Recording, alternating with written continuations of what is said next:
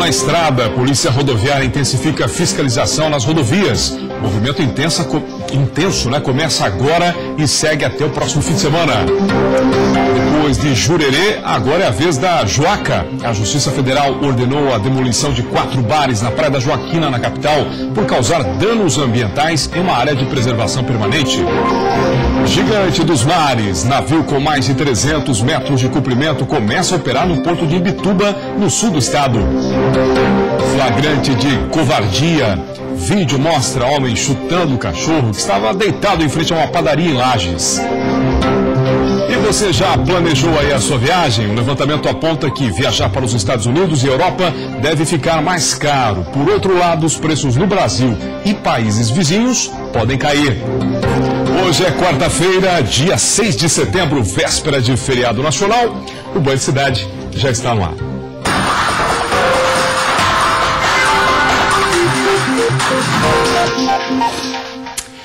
Olá, uma boa noite para você, obrigado pela sua companhia.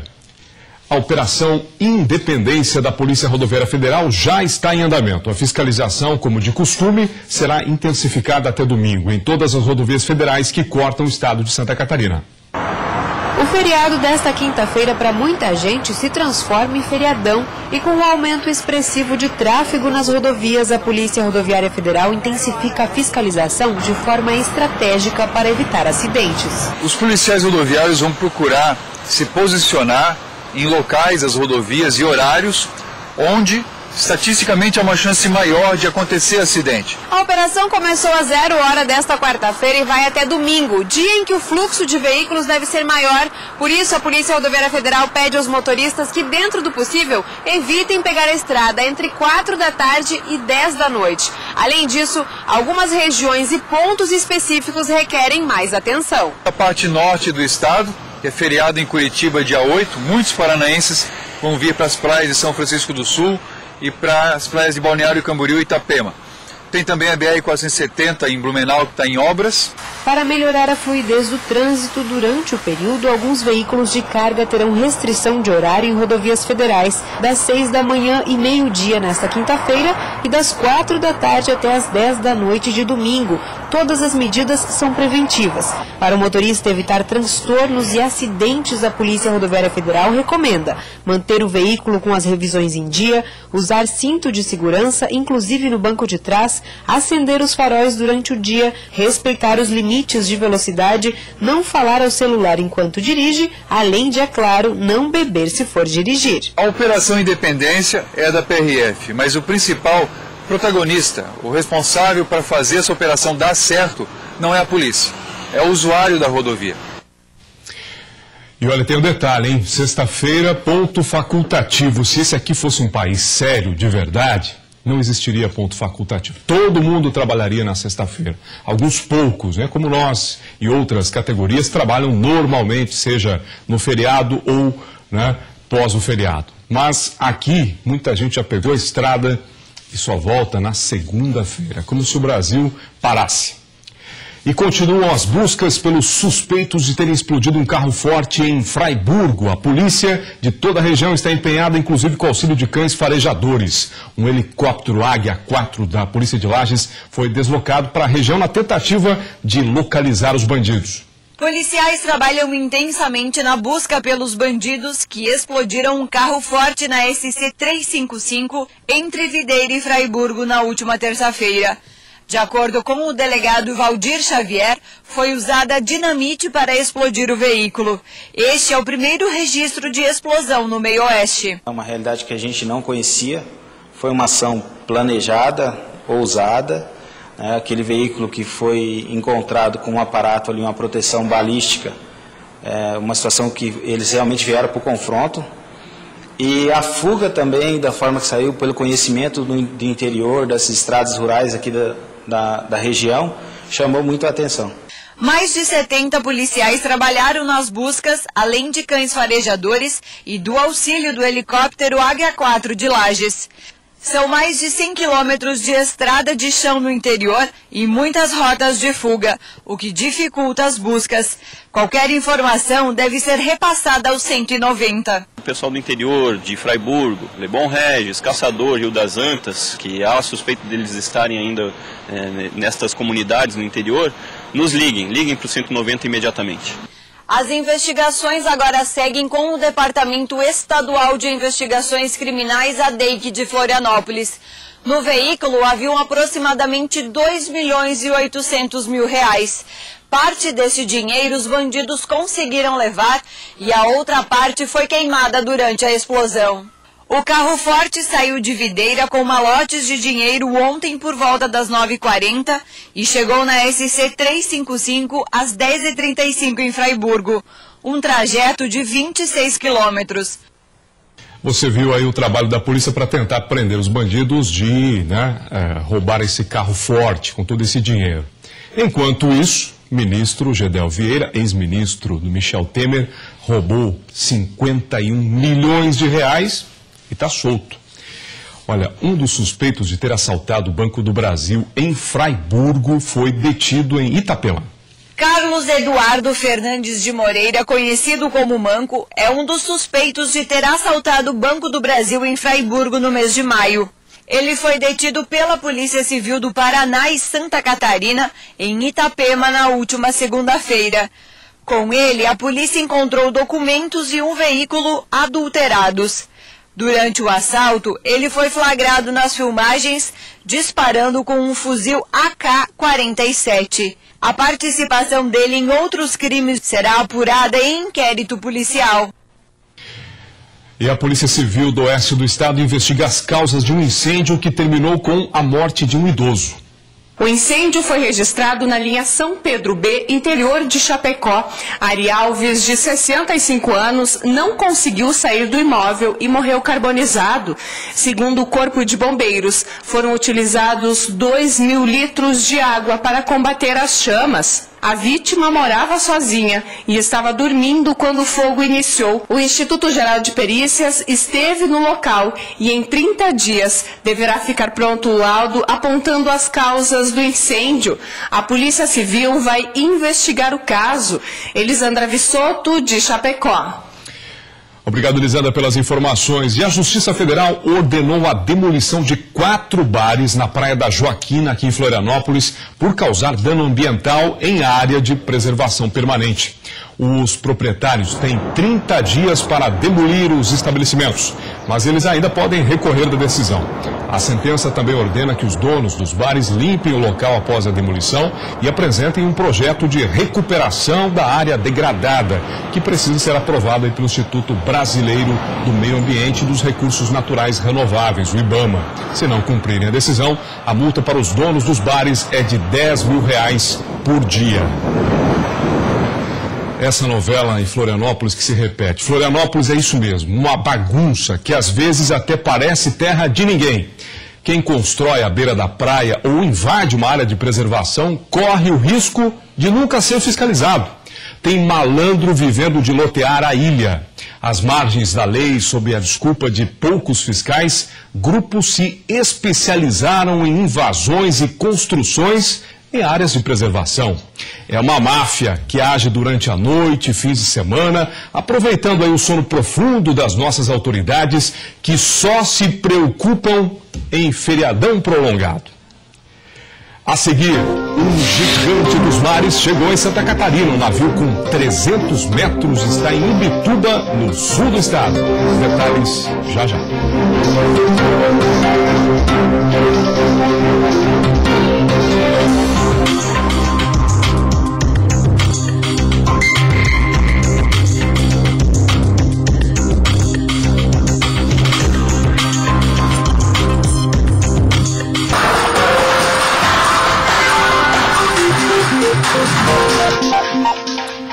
Agora são 7h02, o Band Cidade está de volta.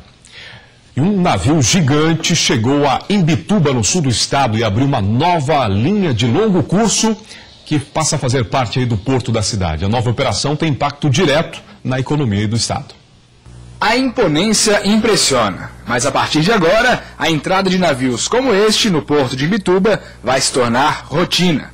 São 48 metros de largura, 69 metros de altura e 331 metros de comprimento. Esse gigante, o Capitão São Juan, é o primeiro navio de uma série de 13 que vão passar pelo porto de Imbituba e vem lá da Coreia do Sul.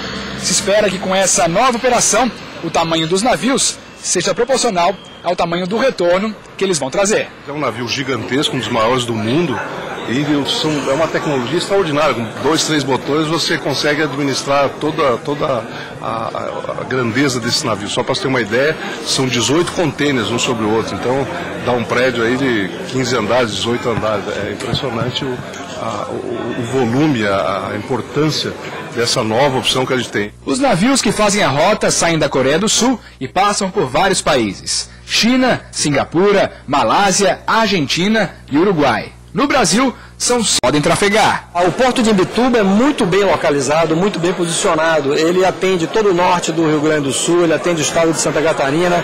Do próximo navio, a gente já tem container que vem do Paraná para cá. Então, eu acho que se abrem assim muitas possibilidades para o porto e para o estado aqui, para o município de Imbituba. A capacidade do porto de Imbituba é para receber 500 mil teus. Um teu corresponde a um container de 20 pés. Só a nova linha que vem da Ásia deve movimentar até o fim do ano 50 mil teus. 20 mil a mais do que foi movimentado na linha nacional do porto no ano passado. Nós atingimos o mercado da Ásia, que teoricamente já é um gol de placa para começar a operação. O mercado da Ásia é extremamente importante, tanto quanto importação como exportação. E a nossa meta agora é fortalecer o contato para termos a linha América do Sul e também Estados Unidos e, num outro momento, Europa. O reflexo imediato da chegada da nova linha são preços mais competitivos das cargas, que, segundo a administração do porto, podem ficar até 40% mais baratos. O crescimento do porto de Imbituba desde o início da administração do governo, em 2012, e a obtenção dessa última conquista deixou o governo confiante em melhores resultados para a economia do estado. Muito, sabe por quê? Porque quando nós assumimos em 2012, a situação era catastrófica, né? O porto estava fechando. E 5 anos depois você vê um resultado extraordinário. E você vê não só o resultado do porto, mas no entorno.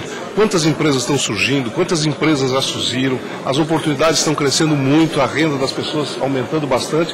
Então o porto hoje é um indutor, é um vetor forte de desenvolvimento do sul do estado e de todo o estado de Santa Catarina. É um gigante, literalmente, né? Olha, uma câmera de monitoramento flagrou o exato momento de um acidente envolvendo um caminhão em Chapecó que terminou com uma pessoa morta e outra gravemente ferida.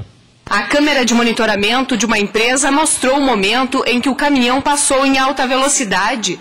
O acidente aconteceu na SC 480, próximo à ponte do Goiôem. O caminhão carregado com frios teria ficado sem freio e colidiu contra uma construção. O motorista Fernando Baduan, de 33 anos, não resistiu aos ferimentos e morreu no local. Já o passageiro teve ferimentos graves e foi encaminhado ao Hospital Regional do Oeste. Olha, uma menina de 11 anos de idade que em 2016 foi para os Estados Unidos para tratar um câncer raro no cérebro, acabou morrendo em Navegantes, no litoral norte catarinense, na segunda-feira. O corpo de Camille Zanuelo foi cremado ontem em Balneário Camboriú. Esse e outros assuntos a gente vê agora no nosso Giro de Notícias. Desde o início de julho, a menina estava em coma. Os primeiros sintomas da doença apareceram em abril de 2016 e em 12 de maio, a menina foi diagnosticada com um tumor no cérebro e foi operada às pressas no dia seguinte. Desde então, travou uma luta contra a doença. Na época, atletas famosos como Neymar e Gustavo Borges chegaram a enviar vídeos de apoio a Camille. Donos de vans, ônibus e carros executivos que fazem transporte de turistas em Florianópolis saíram em carreata pela Via Expressa Sul até o terminal de integração do centro Ticem. Eles protestaram contra o transporte irregular de passageiros para o turismo na capital. 60 veículos teriam participado da carreata. Já a PM afirma que foram 30.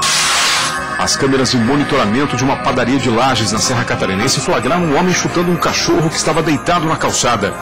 As imagens mostram ele ainda brigando com o dono do cão e depois indo embora. Depois do chute, um animal chamado Tortinho levanta e o homem tenta chutá-lo novamente.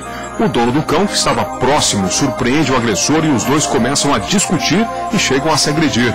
Outras pessoas afastam os dois homens e o agressor vai embora. Após a agressão, o animal foi medicado e passa bem. Ele não teve nenhuma fratura. Um boletim de ocorrência foi registrado e o caso deve ser levado ao Ministério Público. É um covarde, né? Chutar um cachorro que não fez mal nenhum a ele, né? Tava lá deitadinho, tranquilo. Olha, faltando pouco mais de um mês para a EFAP em Chapecó, a Comissão Central organizadora do evento faz uma vistoria aí nos pavilhões da feira. Os pavilhões do Parque de Exposições Tancredo Neves estão passando por várias melhorias, como na parte elétrica, acessibilidade e pintura.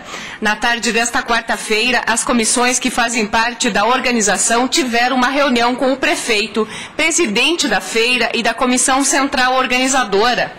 Hoje nós estamos concluindo o pavilhão 4 na abertura das portas chamadas Rota de Fuga, que são o trabalho mais difícil, e provavelmente essa semana que vem nós concluímos isso aí, e depois então tem toda a parte externa a ser feita. Várias obras, uma depende da outra, né? Você não pode mexer na questão da infraestrutura de pintura sem estar com a parte elétrica finalizada.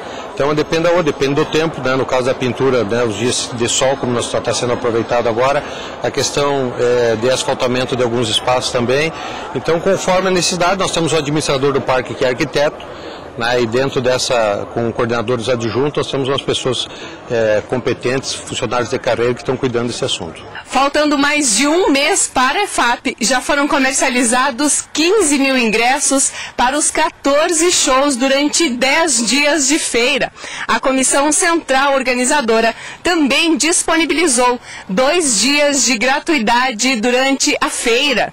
Neste ano serão 400 expositores. A expectativa é que 150 milhões de reais sejam movimentados em negócios. A EFAP acontece de 6 a 15 de outubro em Chapecó. Você vai ver a seguir, viajar para os Estados Unidos e Europa deve ficar mais caro. Por outro lado, os preços no Brasil e nos países vizinhos podem cair. Os detalhes já no próximo bloco, agora às 7h10.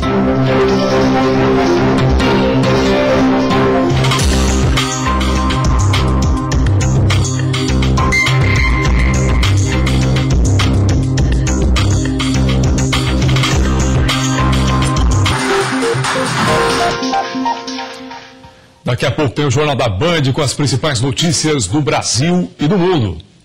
E a Federação das Associações Comerciais e Industriais de Santa Catarina divulgou um documento ressaltando a posição de destaque no cenário econômico nacional do estado de Santa Catarina. Os números são expressivos. A tão esperada recuperação econômica no Brasil ainda não se concretizou, embora alguns sinais positivos estejam sendo registrados. A queda na inflação e nos índices de desemprego, o incremento na atividade industrial e no agronegócio são alguns deles. E nestes setores, Santa Catarina se destaca com números acima da média nacional. No índice de atividade econômica, uma prévia do PIB medido no primeiro semestre em comparação ao ano passado, Santa Catarina registrou o segundo maior crescimento entre os estados brasileiros, 3,16%. O índice está na Carta de Conjuntura da FACISC, Federação das Associações Comerciais e Industriais de Santa Catarina, que traz outros indicadores positivos do estado. Primeiro semestre deste ano, 2017, comparado com o mesmo período de 2016, o comércio foi o estado que mais cresceu, foram 13%, é um número expressivo. Também no turismo, em mais de 7%, foi o segundo melhor estado no país. Né? São números que nós podemos destacar que alguns setores da economia do nosso estado são melhores que o restante do país. Em meio aos números positivos da economia catarinense, o segmento de eletromóveis, por exemplo, é um dos que mais se destacam. Esta empresa, que tem fábrica na cidade de Curitibanos, na Serra Catarinense, pelo terceiro ano consecutivo, está entre as maiores varejistas do país e é citada como uma das 300 marcas mais importantes do Brasil, de acordo com o ranking da Sociedade Brasileira de Varejo e Consumo. Com 186 lojas no estado, a rede registrou no ano passado um faturamento de 540 milhões de reais, mesmo em meio ao clima turbulento da economia nacional.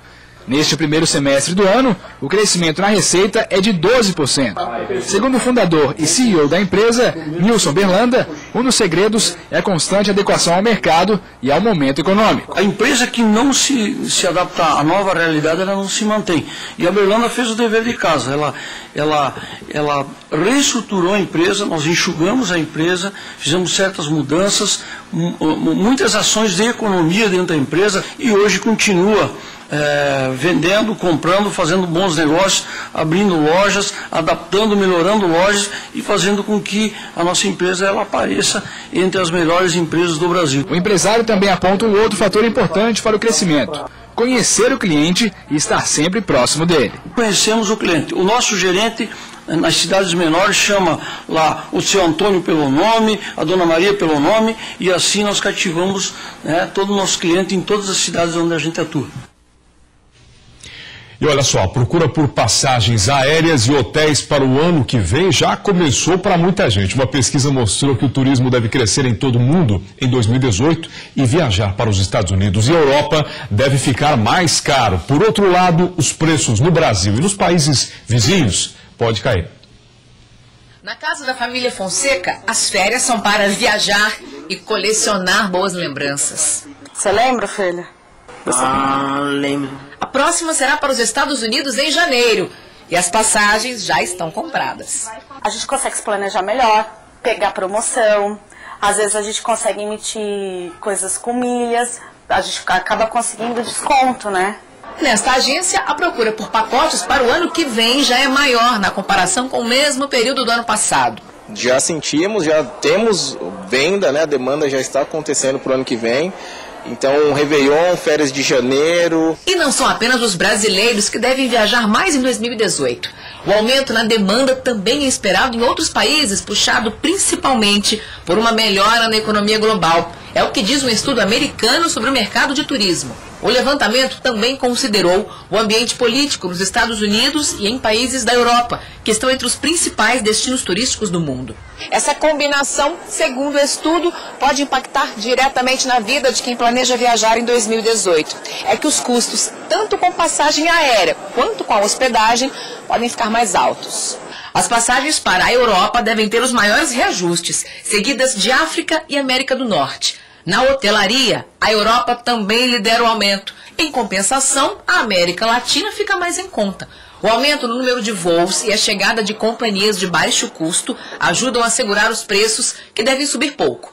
E o hotel deve ficar mais barato no Brasil e na Argentina, reflexo da situação econômica dos países. Com isso, quem quer viajar e busca preços melhores precisa se planejar. Além do risco de uma disparada no câmbio, quem deixa para a última hora tem menos chance de encontrar boas oportunidades. Quando ele chega próximo, já sabe que está com uma ocupação boa, alta, ele não precisa fazer promoção, né? Então é um risco muito grande ficar só esperando a promoção. Então quem se planeja, às vezes leva muito. E o Band Cidade desta quarta-feira termina aqui. Você fica agora com o Jornal da Band. Obrigado pela sua audiência, uma boa noite para você. Até amanhã no feriadão, quando estaremos juntos novamente aqui no Band Cidade. Até lá.